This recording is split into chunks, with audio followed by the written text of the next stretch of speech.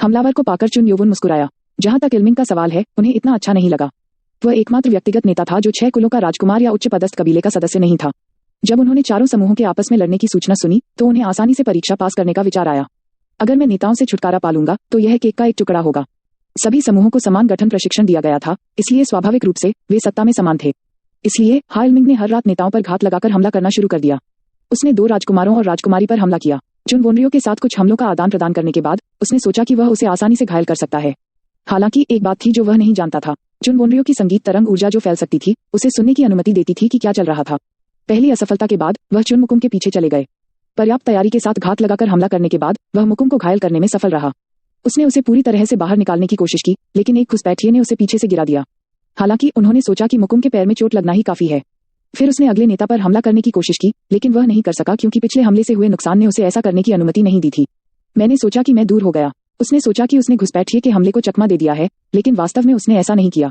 हमले में उसकी पसलियां टूट गईं, इसलिए उसे खुद को ठीक करने के लिए आधी रात को छत पर रहना पड़ा, और तब यह हुआ। किस कमीने ने ऐसा किया? उसने नहीं सोचा था कि कोई रात में पूरे समूह पर हमला करेगा।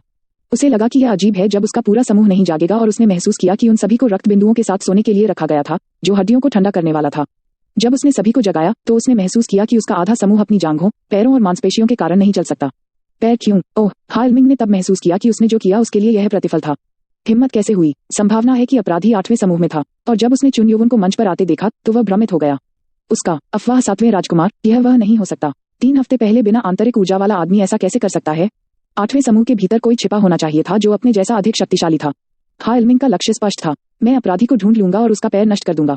और लॉटरी का परिणाम तय किया गया। 5वां बनाम 8वां, 6ठा बनाम 7वां। 7वें समूह के सदस्यों ने राहत की सांस ली। पिछली रात की घटना के कारण उन्हें नेताओं को बदलना पड़ा और वे उस 5वें समूह से बचना चाहते थे जिसके नेता चुन वोनरियो थे। हम भाग्यशाली है। 6ठा समूह हमसे भी बदतर है। शायद हम ऊपर जाएंगे। हाइलमिंग अपना बदला लेने के लिए 8वें समूह से लड़ना चाहता था, लेकिन इस परिणाम ने उसे और क्रोधित कर दिया। बस इंतजार करें। और 8वें समूह के लिए वे इतने रोमांचित नहीं थे। वे एक ऐसे समूह के खिलाफ थे जिसने बिल्कुल भी नुकसान नहीं उठाया था। वह सब तब व्यर्थ था, चुन योवुन ने सोचा। यह बहुत ही अशुभ था। उसने कभी जुए में न जाने का फैसला किया और चुन वोनरियो को देखा। वासना कबीले। चुन वोनरियो सिंहासन के लिए 6ठे स्थान पर थे। मुखियम उसी समूह में था, इसलिए कोई दूसरा रास्ता नहीं था, लेकिन योवुन को शुरुआत में ही उसे हराना पड़ा। हालांकि वह उत्तराधिकारियों में सबसे मजबूत नहीं थी, लेकिन समस्या यह थी कि वह अपनी नेतृत्व क्षमताओं के लिए जानी जाती थी। कोई फर्क नहीं पड़ता कि मुझे उन सभी को जल्द या बाद में हराना होगा, योवुन ने खुद को आश्वस्त किया। और हर लड़ाई के निर्णय के साथ हम एक परीक्षण की शुरुआत के साथ चिल्लाया। समूहों का पहला समूह प्रशिक्षण मैदान के बीच में आए। माडो। पहली लड़ाई के लिए पहला और तीसरा समूह प्रशिक्षण मैदान में उतरे और एक दूसरे को देखा। तीसरे समूह के विपरीत जो तनाव में था, पहला समूह ऐसा लग रहा था कि वे अपनी जीत के बारे में निश्चित थे। चुनमुयोन। योवुन नाम भी जानता था। वह पहले सिंहासन के लिए कतार में था और वह निकटतम उत्तराधिकारी होने के लिए जाना जाता था। इस तथ्य पर विचार किए बिना कि वह बुद्धिमान कबीले या 6 कुलों में सबसे शक्तिशाली कबीले से था, वह अपनी शक्ति, ज्ञान और चरित्र के लिए जाना जाता था। जैसे ही दोनों समूह तैयार हो गए, हमें चिल्लाया, वह समूह जो अन्य जीतता है। शुरू करना। माडो। और फिर परीक्षण शुरू हुआ। दोनों गुटों ने एक दूसरे पर आरोप लगाया। तो यह पहली गठन लड़ाई थी, लेकिन दोनों समूहों ने अपने गठन को नहीं बदला और अपनी ढाल के साथ आरोप लगाया।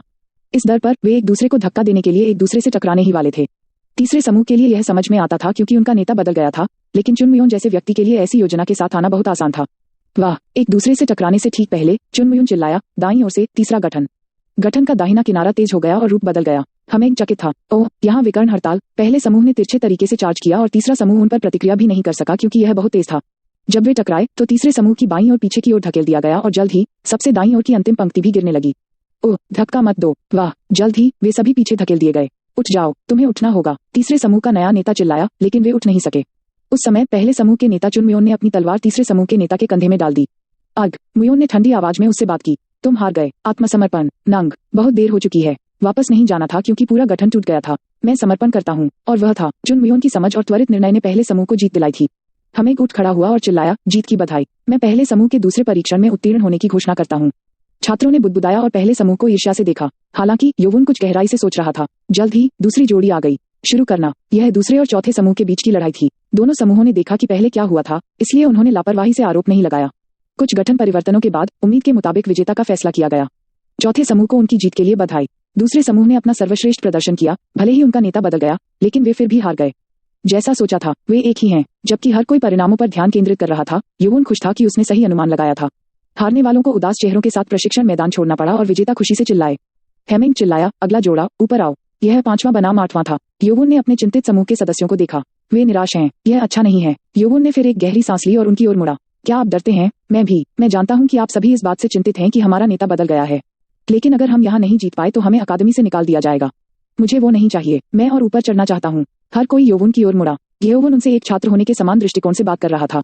लेकिन मैं भी गुस्से में हूँ। मैं किसी ऐसे व्यक्ति से हारना नहीं चाहता जिसने हमारे नेता पर हमला किया ताकि हम असफल हो जाएं। कभी कभी क्रोध घबराहट की सबसे अच्छी दवा थी, और योवुन की बात पर उसके समूह के सदस्य नाराज होने लगे। यदि आप मेरे विचार साझा करते हैं तो हम यहाँ असफल नहीं हो सकते। मैं अब और नहीं कहूंगा। आइए इसे जीतें। उद्धरण चिन्ह। चुन योवुन का चुनाव गलत नहीं था। उनके शब्दों में छात्र युद्ध के लिए उत्सुक होने लगे। वे अब अपने डर और चिंताओं को भूल चुके थे। चलो जीतते हैं। 8वां समूह मंच पर गया और हेमिंग ने सोचा, क्या वह समूह को भी रैली कर सकता है? यह अप्रत्याशित था। उसने योवुन को एक प्रतिस्थापन के रूप में ज्यादा नहीं सोचा था और उसे विश्वास नहीं था कि योवुन के पास ऐसा काम करने के लिए क्या है। हालांकि इसका मतलब यह नहीं था कि वह जीतने वाला था। चलो देखते हैं कि वह बिल्ली है या बाघ शावक। इसके बाद हेमिंग ने स्टॉप सिग्नल दिया।